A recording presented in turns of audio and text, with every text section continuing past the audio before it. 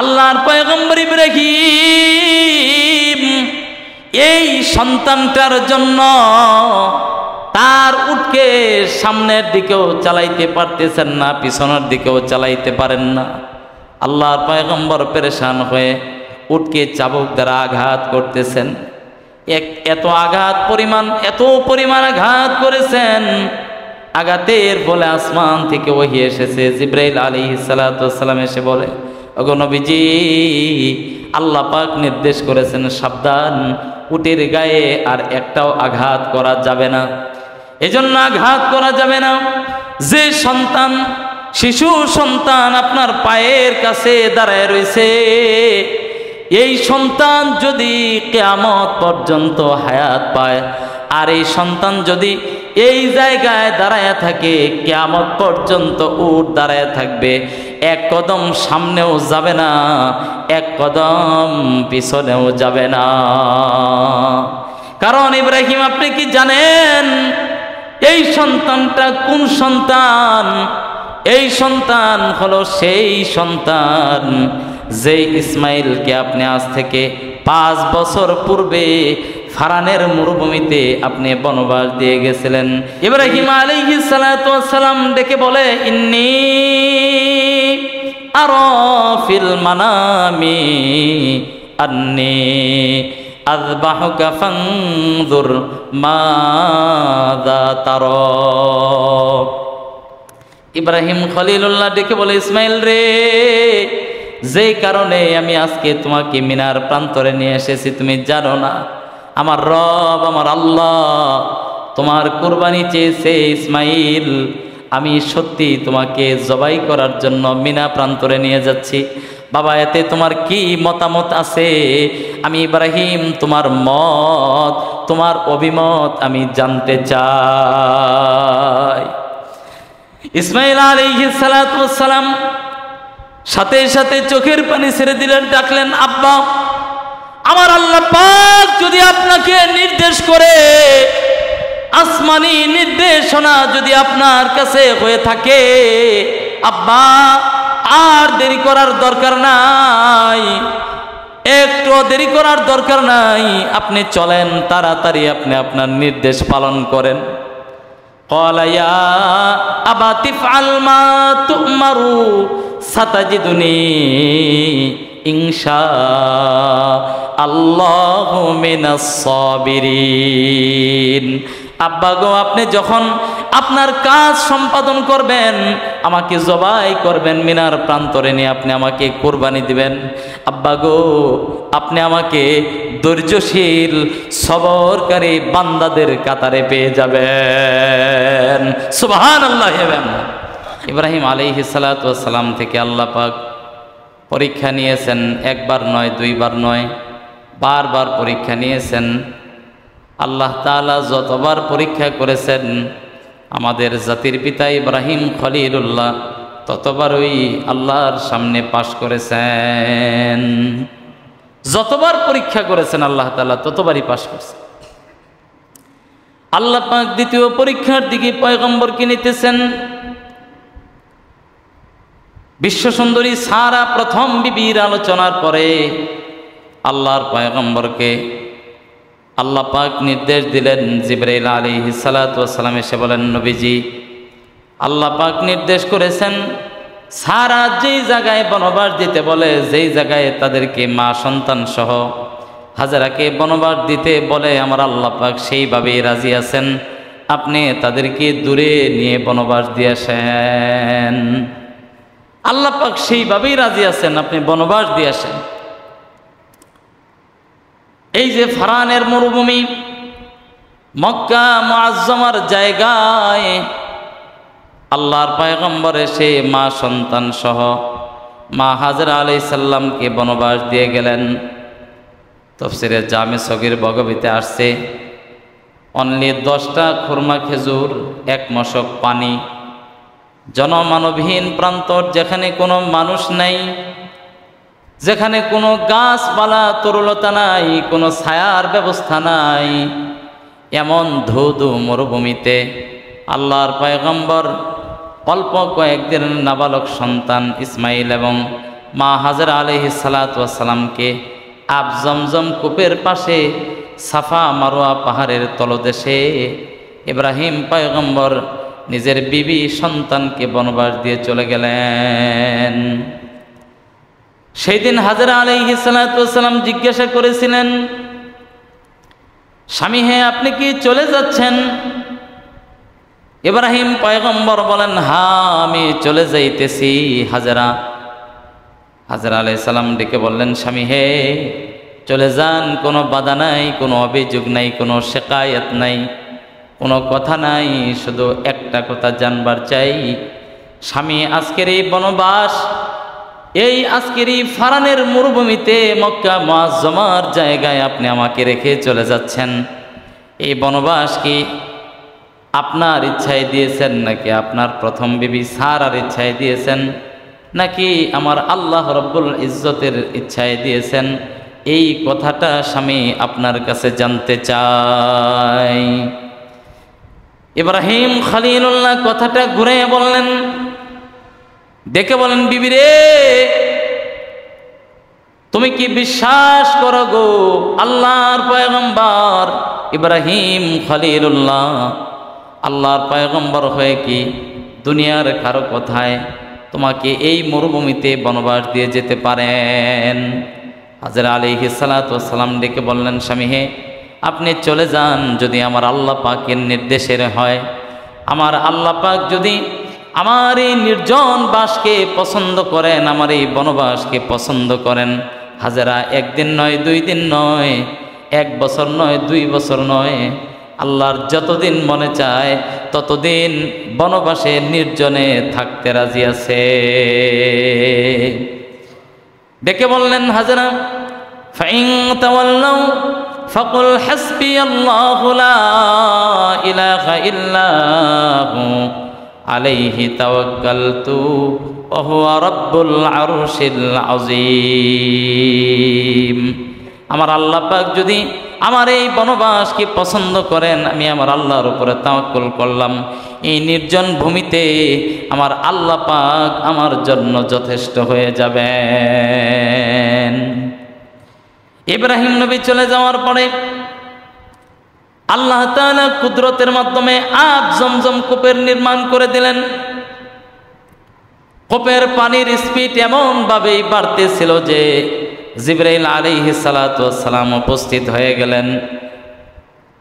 কূপের চারপাশে 4টা পাথর বসায় দিয়ে বলে, হাজরা আপনি ডাক দেন, পানিকে নির্দেশ করেন, কুলিয়া হাজরা ইয়া মা উ জমজম, আপনি এই বলে পানিকে নির্দেশ করেন, সাথে সাথে এই পানি আপনার কথায় স্থিরমান হয়ে যাবে। হাজরা যখন নির্দেশ করলেন, ইয়া মা উ জমজম, গতিবাহী পানি তুমি ঠান্ডা হয়ে যাও, তোমার গতি থামিয়ে দাও, তুমি জমে যাও। হাজরা বলার সাথে সাথে পানিটা জমে যায়, আর পানি বাড়ে না। পানি আব জমজম কূপের পানিটা এক জায়গায় জমা হয়ে গেল।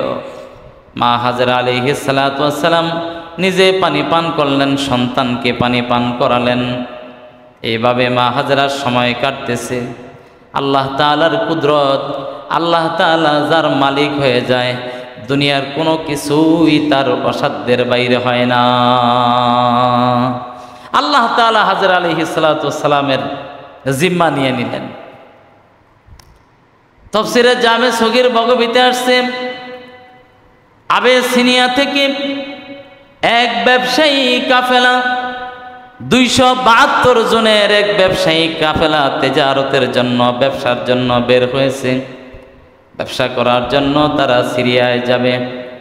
সিরিয়ার পথ বলে কাশফিয়ানের পাড় নিয়ে তারা পথ বল করে এই সাফা মারওয়া পাহাড়ে এসে উঠে যায়। সাফা মারওয়া পাহাড়ে উঠে তারা ক্লান্ত হয়ে যায়। তাদের উট বকরি ভেড়া দম্বাগুলো ক্লান্ত হয়ে পড়ে, নিজেরা পিপাসার্ত হয়ে পড়ে। কাফেলার লোকেরা কাফেলা থামিয়ে, কাফেলা প্রধান লোকেরা খুঁজতেছে, দেখিনি কোথাও পানি পাওয়া যায়। এমন সময় পাহাড়ের উপর থেকে তলদেশে দেখা যায়, মনে হয় একজন মানুষ বসে আছে। কাফেলার লোকজন একত্রিত হয়ে আস্তে আস্তে আগায়া আম্মাজান হাজেরার কাছে চলে আসেন। এসে সালাম দিয়ে জিজ্ঞেস করেন, মাগো আপনি নাবালক সন্তান সহ একা একা বসে আছেন মা, আপনার কাছে একটা জিজ্ঞাসা, আপনার কাছে খাবারের মতো আসবাবপত্র বহন করার মতো বকরি বেড়া দুম্বাকে খাওয়ানোর মতো কোনো পানি আছে নাকি? মা হাজেরা ডেকে বলেন, ওই যে কূপে পানি দেখা যায় ওই পানি তোমরা ব্যবহার করো, ওই পানি তোমরা বকরি ভেড়া দুম্বাকে উটকে পান করাও। সাথে সাথে লোকেরা ডেকে বলে, মা এই অল্প পানি, এই অল্প পানির মাধ্যমে কি আমাদের পিপাসা মিটবে নাকি? এত মানুষের 272 জনের কাফেলা, উট বকরি ভেড়া দুম্বার এই অল্প পানিতে হবে নাকি? আম্মাজান হাজেরা ডেকে বলে, এই আবে সিনিয়র লোকেরা, তোমরা এই পানিকে অবজ্ঞা করো না, এই পানিকে অবহেলা করো না, কারণ এই পানির সাথে আল্লাহ পাকের হাউজে কাউসারের সঙ্গে কানেকশন রয়েছে। জোরে বলেন সুবহানাল্লাহ। আল্লাহ পাকের হাউজে কাউসারের কানেকশন আছে, এই পানি তোমরা ব্যবহার করো, এই পানির সঙ্গে তোমরা বেয়াদবি করো না, পানিকে অবহেলা করো না। বলার সাথে সাথে কাফেলার লোকেরা নিজেরা পানি পান করা আরম্ভ করলেন, বকরি ভেড়া দুম্বাগুলোকে খাওয়ানো আরম্ভ করলেন, নিজেদের পিপাসা মিটাইলেন, কাপড় চোপড় ধৌত করলেন, নিজেরা আরামায়েশ করলেন, গোসল করলেন। কিন্তু আল্লাহর কুদরত তাকায় দেখে আব জমজম কূপের পানি এক ফোঁটা কমেও নাই, বাড়েও নাই। বলেন সুবহানাল্লাহ। কিয়ামত পর্যন্ত তাম দুনিয়াতে আল্লাহ পাক 4খানা কূপ দান করেছেন। দুনিয়ার সব পানি যদি শুকিয়ে যায়, এই 4 কূপের পানি দ্বারা যদি তাম দুনিয়ার সমস্ত সমুদ্রগুলোকে ভরে দেওয়া হয়, আল্লাহ পাকের কুদরতের এই কূপের পানি এক ফোঁটা কমবেও না, বাড়বেও না। বলেন সুবহানাল্লাহ। তার মধ্যে 1 নম্বর কূপ হলো আব জমজমের কুয়া। এই কুয়ার সঙ্গে আল্লাহ পাকের হাউজে কাউসারের কানেকশন আছে। এই কুয়ার আল্লাহ পাকের কুদরতি কানেকশন রয়েছে। এই কূপের পানি তাম দুনিয়ার সব পানি বসে পান করা সুন্নত মুস্তাহাব, কিন্তু আব জমজম কূপের পানি দাঁড়ায়া কেবলামুখী হয়ে পান করা মুস্তাহাব। দুনিয়ার সব পানি বসে পান করতে হয়, কিন্তু আব জমজম কূপের পানি দাঁড়ায়া পান করতে হয়। কারণ তাম পৃথিবীতে আজও পর্যন্ত 4 জন পয়গম্বর জীবিত রয়েছেন, 2 জন আসমানে, 2 জন জমিনে। আসমানের 2 জন ইদ্রিস এবং ঈসা আলাইহিস সালাতু ওয়াস সালাম, জমিনে ইলিয়াস এবং খিজির আলাইহিস সালাতু ওয়াস সালাম। আল্লাহর পয়গম্বর বলেন, কিতাবের মধ্যে আসছে ইলিয়াস এবং খিজির আপন 2 ভাই। তফসিরে জামে সগীরে লেখে, তারা এক তফসিরে আসছে তারা হারেসের বংশের, আরেক তফসিরে আসছে তারা ইসরায়েলি বংশের। বংশ নিয়ে ইখতিলাফ থাকলেও আপন ভাই, এদের মধ্যে কোনো ইখতিলাফ নাই। আল্লাহর পয়গম্বর বলেন, ও দুনিয়ার মানুষ, আমি যেই দিন তাবুকের জমিনে যুদ্ধ করার জন্য গিয়েছিলাম, সেই দিন আমার সঙ্গে হযরত খিজিরের সঙ্গে 2 বার সাক্ষাৎ হয়েছে। হযরত খিজির এবং ইলিয়াস তারা 2 ভাই, হজের মৌসুমে তাদের সঙ্গে 2 ভাইয়ের সাক্ষাৎ হয় বছরে 1 বার। তারা আরাফার ময়দান থেকে এসে মিনা পাড়ি দিয়ে আব জমজম কূপের পাশে দাঁড়ায় তারা 2 ভাই একত্রিত হয়ে কেবলামুখী হয়ে দাঁড়ায় পানি পান করেছেন। তাম দুনিয়ার মানুষের জন্য আল্লাহ পাক আব জমজম কূপের পানি দাঁড়ায় খাওয়া সুন্নত মুস্তাহাব করে দিয়েছেন। এজন্য ওই দিন থেকে আব জমজম কূপের পানি দাঁড়ায় পান করতে হয়। মুসলমান ভাইরা, আল্লাহ পাক রব্বুল আলামিন আল্লাহর কুদরত বর্ণনা করতেছেন। কিয়ামত পর্যন্ত যারা তাদের মতো ইমানদার হবে, আল্লাহ তাআলা তাদের জন্য তামাম দুনিয়ার সব মানুষ যদি আলাদা হয়ে যায়, সব মানুষ যদি পৃথক হয়ে যায়, আল্লাহ তাআলা ওই বান্দার জন্য যথেষ্ট হয়ে যান। এইবার কাফেলার লোকেদের বিশ্বাস হয়ে গেল এই পানি কোনোদিনও কমবে না, এই পানির মধ্যে কখনো কমতি আসতে পারে না। পানি পান করে তারা যখন সন্তুষ্ট হয়ে যায়, এবার ডেকে বলে, মাগো আমরা আপনার কাছে একটা প্রস্তাব রাখতেছি মা, আপনি যদি অনুমতি দেন, ওগো হাজেরা আপনি যদি অনুমতি প্রদান করেন তাইলে আমরা এই জায়গায় আমাদের কাফেলার তাঁবু ফেলতে চাই, আমরা এখানে একটা ছোট বাজার করতে চাই, আমরা এখান থেকে মাল ইনপুট করব, আউটপুট করব, আমরা এখান থেকে সিরিয়ায় ব্যবসা বাণিজ্য করব। মাগো আমরা আপনার জন্য বাৎসরিক একটা খাজনার ব্যবস্থা করে দেব, বাৎসরিক একটা মুনাফা আপনাকে আমরা প্রদান করব। আর মা আপনি যেহেতু আমাদের মনিব, আমরা আপনার গোলাম, ও মা আপনি যদি নির্দেশ দেন আমরা আপনি এবং আপনার সন্তান ইসমাইলের জন্য সুন্দর করে বাড়ি বানাইয়া দেই, আমরা আপনাদেরকে খাজনা প্রদান করি, বিনিময়ে আমরা আপনার কূপের পানি ব্যবহার করতে চাই। এইভাবে আবেসিনিয়ার লোকেরা সেই জায়গায় বস্তি বানানো আরম্ভ করলেন। ফারানের মরুভূমি, মক্কা মুআজ্জমার জায়গা, সাফা মারোয়া পাহাড়ের তলদেশে, যেখানে মানুষ বসবাস করবার মতো কোনো পরিস্থিতি ছিল না, আল্লাহ তাআলা সেখানে মানুষের বসবাসের পরিস্থিতি করলেন।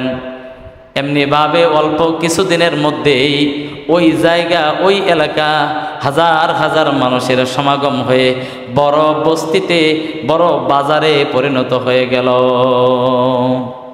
দীর্ঘ 5 বছর পরে আল্লাহ পাকের নির্দেশ, আসমান থেকে ওহী এসেছে। ওহী এসে ইব্রাহিম পয়গম্বরকে নির্দেশ করলেন। হযরত জিবরাইল আলাইহিস সালাতু ওয়াস সালাম এসে বলেন, নবীজি আজ থেকে 5 বছর পূর্বে আপনি আপনার সন্তানকে বনবাস দিয়েছিলেন, আপনার বিবিকে বনবাস দিয়েছিলেন। নবীজি আল্লাহর নির্দেশ হয়েছে আপনি আপনার সন্তান বিবি বাচ্চার সঙ্গে দেখা করে আসেন। আল্লাহর পয়গম্বর সিরিয়া থেকে রওনা দিলেন। তার মানে এটাই প্রমাণ হয়ে গেল আল্লাহ পাক যেহেতু সাক্ষাৎ করার জন্য বলেছেন, কারণ পয়গম্বররা আল্লাহর নির্দেশ ব্যতীত কোনো কাজ তারা করেন নাই। ইব্রাহিম খলিলুল্লাহ বনবাস দিয়ে চলে গেছেন, আর কোনোদিন আল্লাহ পাকের কাছেও জানতে চান নাই, আল্লাহর কাছে দোয়া করেন নাই আল্লাহ আমার বিবি বাচ্চা কেমন আছে। আল্লাহ পাক নির্দেশ করেছেন, আল্লাহর পয়গম্বর আল্লাহর নির্দেশ মেনেছেন, 5 বছর পর্যন্ত কোনো অভিযোগ করেন নাই। 5 বছর পরে আল্লাহ পাকের নির্দেশ হলো, ওগো ইব্রাহিম আপনি যান, আপনার বিবি বাচ্চার খবর নিয়ে আসেন, আপনি চলে যান। সিরিয়া থেকে আল্লাহর পয়গম্বর রওনা হয়ে গেছেন। মা হাজেরা আলাইহিস সালাতু ওয়াস সালাম এবং ইসমাইলকে যেই জায়গায় বনবাসে দিয়ে গেছেন, এখানে এসে দেখি বিশাল বড় বাজার, বিশাল বড় মার্কেট হয়ে গেছে, বড় বস্তি হয়ে গেছে, হাজার হাজার মানুষের সমাগম। পয়গম্বর যেভাবে রেখে গিয়েছিলেন এরকম পরিস্থিতি আর নাই। আল্লাহর পয়গম্বর পেরেশান হয়ে গেলেন, উটের উপরে বসে আছেন। নবীজি যখন উটের উপরে বসা, তাফসীরে আসছে গ্রামের ছোট ছোট বাচ্চাগুলা আল্লাহর পয়গম্বরকে শিশুরা ঘিরে ফেলেছে। উটের উপরে নবীজি বসা, সব শিশুরা ঘিরা ঘিরা তাকায় রয়েছে নবীজির দিকে। কিন্তু সব শিশুদের মধ্যে একটা সন্তান এসে একেবারে বুক লাগায়া নবীজির পায়ের কাছে উটের সামনে হেলান দিয়া দাঁড়ায় রয়েছে, আল্লাহর পয়গম্বর দিকে তাকায় রয়েছে, ইব্রাহিম খলিলুল্লাহর দিকে তাকায় রয়েছে। সমস্যা হলো আল্লাহর পয়গম্বর ইব্রাহিম এই সন্তানটার জন্য তার উটকে সামনের দিকেও চালাইতে পারতেছেন না, পিছনের দিকেও চালাইতে পারেন না। আল্লাহর পয়গম্বর পেরেশান হয়ে উটকে চাবুক দ্বারা আঘাত করতেছেন। এত পরিমাণ আঘাত করেছেন, আঘাতের বলে আসমান থেকে ওহী এসেছে। জিবরাইল আলাইহিস সালাতু ওয়াস সালাম এসে বলে, ওগো নবীজি, আল্লাহ পাক নির্দেশ করেছেন সাবধান, উটের গায়ে আর একটাও আঘাত করা যাবে না। এজন্য আঘাত করা যাবে না। যে সন্তান, শিশু সন্তান আপনার পায়ের কাছে দাঁড়ায় রয়েছে, এই সন্তান যদি কিয়ামত পর্যন্ত হায়াত পায়, আর এই সন্তান যদি এই জায়গায় দাঁড়ায় থাকে, কিয়ামত পর্যন্ত উট দাঁড়ায় থাকবে, এক কদম সামনেও যাবে না, এক কদম পিছনেও যাবে না। কারণ ইব্রাহিম, আপনি কি জানেন এই সন্তানটা কোন সন্তান? এই সন্তান হলো সেই সন্তান যে ইসমাইলকে আপনি আজ থেকে 5 বছর পূর্বে ফারানের মরুভূমিতে আপনি বনবাস দিয়ে গেছিলেন। এই সেই সন্তান, আপনার শিশু সন্তান ইসমাইল আজকে এত বড় হয়ে গেছে। সুবহানাল্লাহ। ইব্রাহিম আলাইহিস সালাতু ওয়াস সালাম উট থেকে নেমে গেলেন। উট থেকে নামার পরে নিজের সন্তানকে জড়ায় ধরলেন, আল্লাহর কাছে শুকরিয়া আদায় করলেন। শুকরিয়া আদায় করে আম্মাজান হাজেরার সঙ্গে সাক্ষাৎ করলেন। সাক্ষাৎ শেষ করে আল্লাহর পয়গম্বর তবলিগের কাজে চলে গেলেন। তবলিগ শেষ করে, দ্বীনের দাওয়াত শেষ করে কিছুদিন পর এসে নিজের সন্তানকে দেখে যান। দ্বিতীয় পরীক্ষা আল্লাহ পাক আবার শুরু করে দিলেন। আল্লাহ পাকের কুদরত বলে, কিরে ইব্রাহিম, কিছুদিন পর নিজের সন্তান দেখার জন্য নিজের বাড়িতে যায়। আমি আল্লাহর চাইতে কি সন্তানকে বেশি মহব্বত করে নাকি? আমি আল্লাহ পাকের সঙ্গে কানেকশন বাদ দিয়া বুঝি ইব্রাহিম নিজের বাড়িতে নিজের বিবি বাচ্চার সঙ্গে কানেকশন বাড়ায় দিয়েছে। নির্দেশ হলো, প্রথম রাত্রিতে তিনি স্বপ্নে দেখলেন, ইব্রাহিম আল্লাহর নামে কুরবানি করো। আল্লাহর পয়গম্বরের ঘুম ভেঙে গিয়েছে। নবীজি ঘুম থেকে উঠিয়া পরদিন সকালবেলা 100 দুম্বা আল্লাহর রাস্তায় কুরবানি করে দিলেন। আবার দ্বিতীয় রাত্রে তিনি স্বপ্ন দেখেন, ইব্রাহিম আল্লাহর রাস্তায় তুমি কুরবানি করো। পরদিন সকালবেলা আবার তিনি দ্বিতীয় দিন 100 উট আল্লাহর রাস্তায় কুরবানি দিয়ে দিলেন। এবার তৃতীয় রাত্রে তিনি স্বপ্নে দেখেন। তৃতীয় রাত্রে স্বপ্ন যুগে তিনি দেখতেছেন আল্লাহ তাআলা আসমান থেকে ডাক দেয়া বলতেছেন, ওগো ইব্রাহিম, আপনি আপনার প্রিয় বস্তু, আপনার মহাব্বতের বস্তু আপনি কুরবানি করেন। এইবার ইব্রাহিম আলাইহিস সালাতু ওয়াস সালাম বুঝে বললেন না, বুঝে বলতেছেন, আমি যে কুরবানিগুলো করতেছি এটা হচ্ছে না।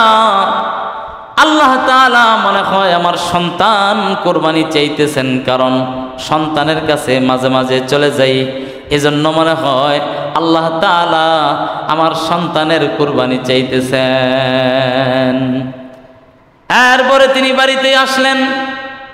আম্মাজান হাজেরা আলাইহিস সালাতু ওয়াস সালামকে সালাম দিয়ে বলে, হাজেরা, ইসমাইলকে সাজায়া দাও, আমি মিনায় যাব, আমার বন্ধুর সাথে সাক্ষাৎ করতে যাব, আমার বন্ধুর বাড়িতে যাব, তুমি আমার ইসমাইলকে সুন্দর করে সাজায়া দাও। হাজেরা আলাইহিস সালাতু ওয়াস সালাম সাথে সাথেই নিজের সন্তান ইসমাইল পয়গম্বরকে সাজালেন।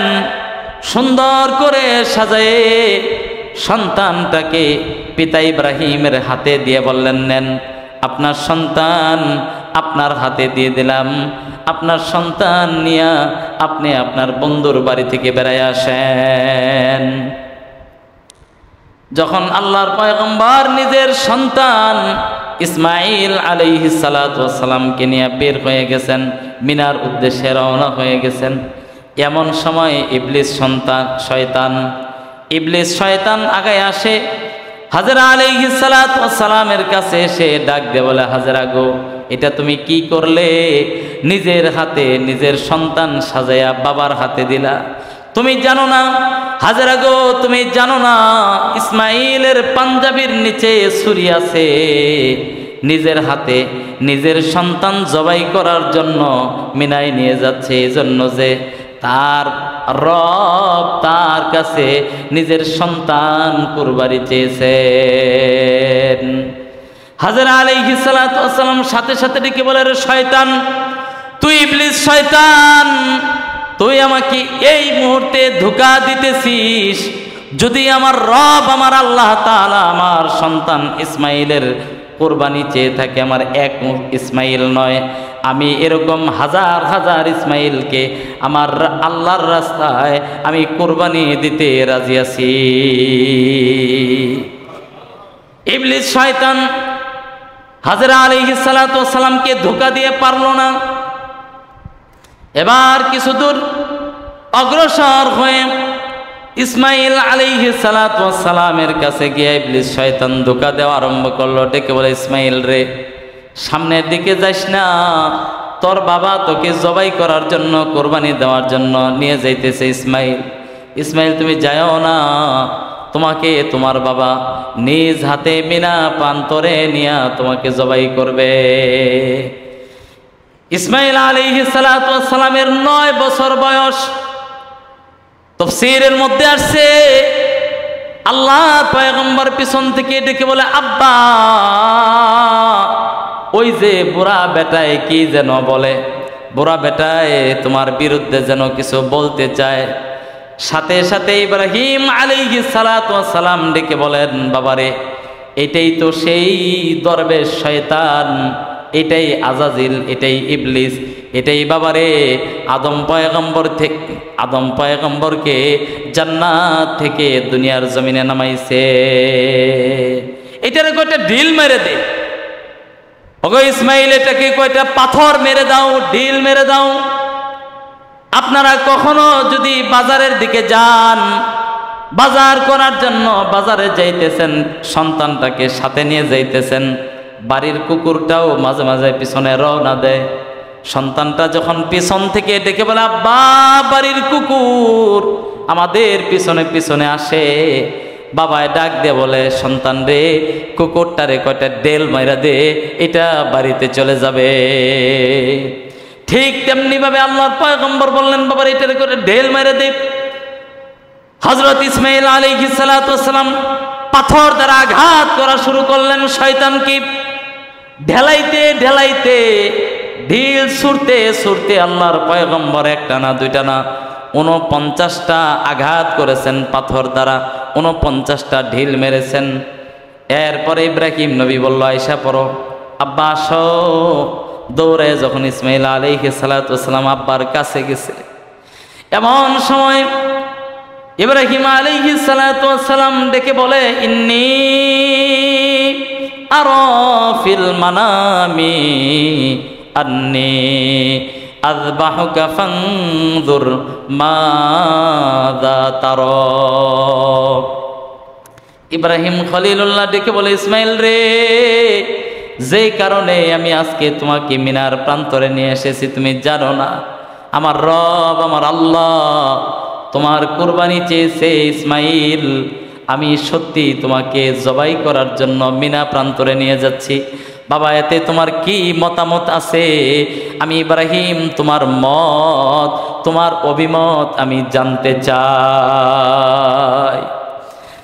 ইসমাইল আলাইহিস সালাতু ওয়াস সালাম সাথে সাথে চোখের পানি ছেড়ে দিলেন, ডাকলেন, আব্বা, আমার আল্লাহ পাক যদি আপনাকে নির্দেশ করে, আসমানি নির্দেশনা যদি আপনার কাছে হয়ে থাকে, আব্বা আর দেরি করার দরকার নাই, একটু দেরি করার দরকার নাই, আপনি চলেন, তাড়াতাড়ি আপনি আপনার নির্দেশ পালন করেন। قال يا أبا تفعل ما تؤمر ستجدني إن شاء الله من الصابرين। আব্বা গো, আপনি যখন আপনার কাজ সম্পাদন করবেন, আমাকে জবাই করবেন, মিনার প্রান্তরে নিয়ে আপনি আমাকে কোরবানি দিবেন। আব্বা গো, আপনি আমাকে ধৈর্যশীল সবরকারী বান্দাদের কাতারে পেয়ে যাবেন। সুবহানাল্লাহ। আপনি ধৈর্যশীলদের মধ্যে আমাকে পাবেন। এবার ইব্রাহিম আলাইহিস সালাতু ওয়াস সালামের টেনশন নাই, নিজের পকেট থেকে ছুরি বের করে দাঁড়ায় গেলেন, পকেট থেকে রশি বের করেছেন, কাপড়ের নিচ থেকে ছুরি বের করেছেন। ইসমাইল জিজ্ঞেস করে, আব্বা ছুরি কেন? ছুরি দিয়ে কি করবেন? আব্বা রশি কেন? রশি দিয়ে কি করবেন? বলে, আমি বৃদ্ধ মানুষ, তোমার একটু বান্ধা নে, যেন আমার কষ্ট না হয়। ইসমাইল আলাইহিস সালাতু ওয়াস সালাম ডেকে বলে, আব্বা আপনার কি এতটুকুন বিশ্বাস নাই? বাবা গো, আপনার বয়স হয়ে গিয়েছে, আপনি 80 বছর পর্যন্ত একটা নেক সন্তানের জন্য আল্লাহ পাকের কাছে দোয়া করেছেন, আল্লাহুম্মা রযুকনি রিজকাও ওয়ালাদান সালিহা।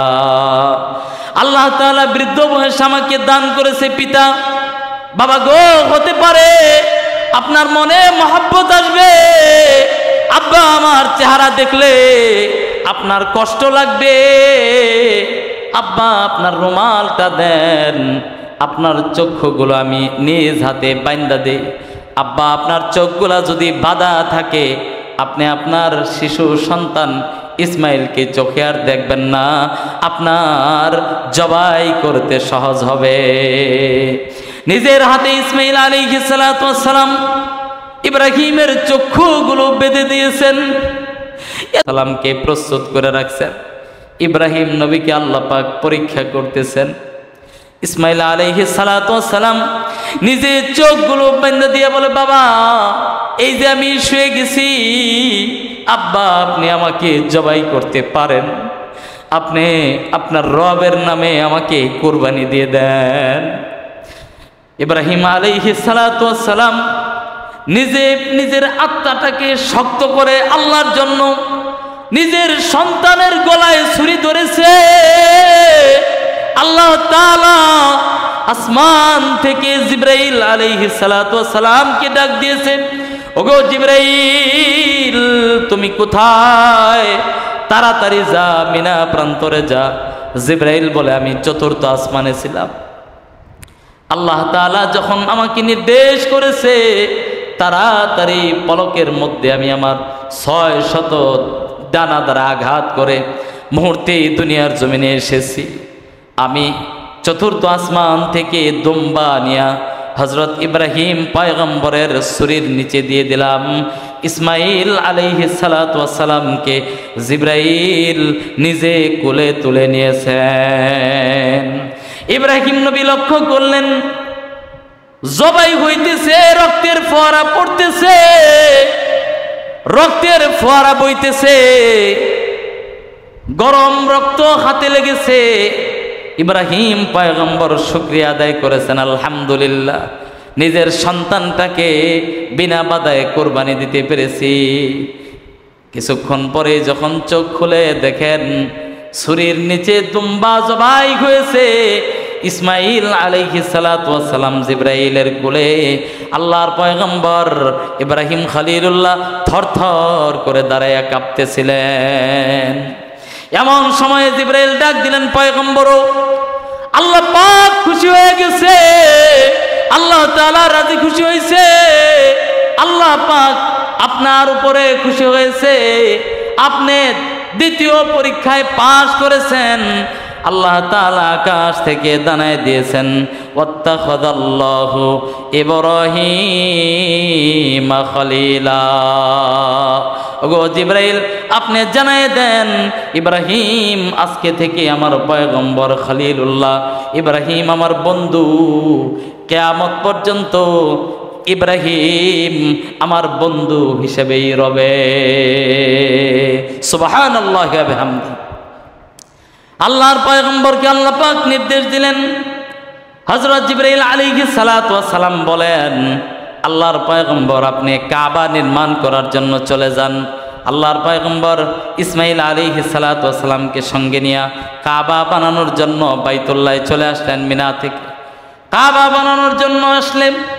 আল্লাহর পয়গম্বর ইব্রাহিম খলিলুল্লাহ নিজ হাতে কাবা নির্মাণ করেছেন। কাবা নিজের হাতে কাবার পাথরগুলা ইটগুলান বসাইছেন। ইসমাইল আলাইহিস সালাতু ওয়াস সালাম কাবার পাথরগুলা বাবার সাথে আইনা একটা একটা করে হাতে দিয়েছেন। আল্লাহর পয়গম্বর নিজ হাতে কাবা নির্মাণ করেছেন। যখন উপর দিকে উঠতে হবে, আল্লাহ তাআলা মাকাম ইব্রাহিম মুসাল্লার সেই পাথর, যে পাথরের কাছে গিয়ে 2 রাকাত নামাজ পড়তে হয়, আজও পর্যন্ত হাজী সাহেবেরা সেই পাথর দেখেছেন। সৌদি গভর্নমেন্ট বাইতুল্লাহর পাশে আজও পর্যন্ত সেই পাথর গ্লাস দ্বারা সেটাকে সংরক্ষণ করে রেখেছেন। এই পাথরের পাশে 2 রাকাত নামাজ পড়তে হয়। এই পাথরকে মাকামে ইব্রাহিম বলা হয়। আল্লাহর পয়গম্বরকে আল্লাহ পাক এই পাথর দান করলেন। পৃথিবীর সর্বপ্রথম লিফট হিসেবে এই পাথর কাজ করেছে। পাথরকে আল্লাহ পাক কুদরতি পাওয়ার দান করেছেন। যদি আল্লাহর পয়গম্বর বলতেন পাথর তুমি ডান দিকে যাও, পাথর ডান দিকে যাইতো। পাথর বাম দিকে যাও, পাথর বাম দিকে যাইতো। পাথর উপরে ওঠো, পাথর উপরে উঠতো। আল্লাহ তাআলা পাথরকে আল্লাহর পয়গম্বরের বাধ্যগত করে দিলেন। কাবা নির্মাণ হওয়ার পরে কিছু বর্ধিত পাথর, কাবা নির্মাণ শেষ হওয়ার পরে কাবা নির্মাণ করতে যে পাথর ব্যবহার করা হয়েছে সেখান থেকে কিছু পাথর বেড়েছে। এই পাথরগুলান যখন আল্লাহর পয়গম্বর একত্রিত করেছেন, আর জিবরাইল আলাইহিস সালাতু ওয়াস সালাম বললেন, আল্লাহর পয়গম্বর ইব্রাহিম আপনি এই পাথরগুলানকে তামাম দুনিয়ার জমিনে আপনি নিজ হাতে নিক্ষেপ করেন। আল্লাহর পয়গম্বর বললেন, না জিবরাইল আপনি নিক্ষেপ করেন। হযরত জিবরাইল আমিন নিজের হাতে ওই পাথরগুলা নিক্ষেপ করেছে দুনিয়ার জমিনে। আর আল্লাহ পাকের নির্দেশ মোতাবেক আল্লাহ পাক বললেন, আপনি এই বাইতুল্লাহর উপরে দাঁড়াইয়া 120 বার আল্লাহর নামের আজান প্রদান করেন। 120 বার আজান দেওয়ার পরে আল্লাহর পয়গম্বর জিজ্ঞাসা করলেন, আল্লাহ 120 বার আজান, এত আজান কেন? আল্লাহ তাআলা বলেন, তামাম দুনিয়াতে যত মানুষ আসবে এবং যাবে, আলমে আরওয়াতে যত মানুষ রূহের জগতে আছে, আমি সমস্ত মানুষের কর্ণকুহরে পৌঁছে দিলাম। যারা যত মনোযোগ দিয়ে আজকের এই আজান শুনবে, তারা ততবার এই বাইতুল্লাহর ঘর জিয়ারত করবে। জোরে বলেন সুবহানাল্লাহ। আবার আল্লাহর পয়গম্বর জিজ্ঞেস করেন, কিরে জিবরাইল, আল্লাহ পাকের পবিত্র ঘর কাবা বানানোর বর্ধিত পাথর, এই বেশি পাথরগুলো তুমি কেন নশ্বর দুনিয়ার এই জমিনের মধ্যে তুমি নিক্ষেপ করে দিলে? কেন কেন এই নাপাক জমিনে তুমি পাথরগুলা নিক্ষেপ করলে? আল্লাহ পাক জানাই দিলেন, বন্ধু হে, কাবা বানানোর বর্ধিত পাথরগুলো দুনিয়ার যেই যেই জায়গায় পড়েছে, এই জায়গাতে কিয়ামতের আগ মুহূর্ত হলেও আল্লাহ তাআলা আল্লাহর নামের একটা ঘর, অর্থাৎ ওই জায়গায় একটা মসজিদ নির্মাণ হবে। জোরে বলেন সুবহানাল্লাহ। কিয়ামতের আগ মুহূর্তে হলেও আল্লাহ তাআলা ওই জায়গার মধ্যে যেখানে যেখানে পাথর পড়েছে, ওই জায়গায় আল্লাহ তাআলা একটা একটা মসজিদ নির্মাণ করবেন।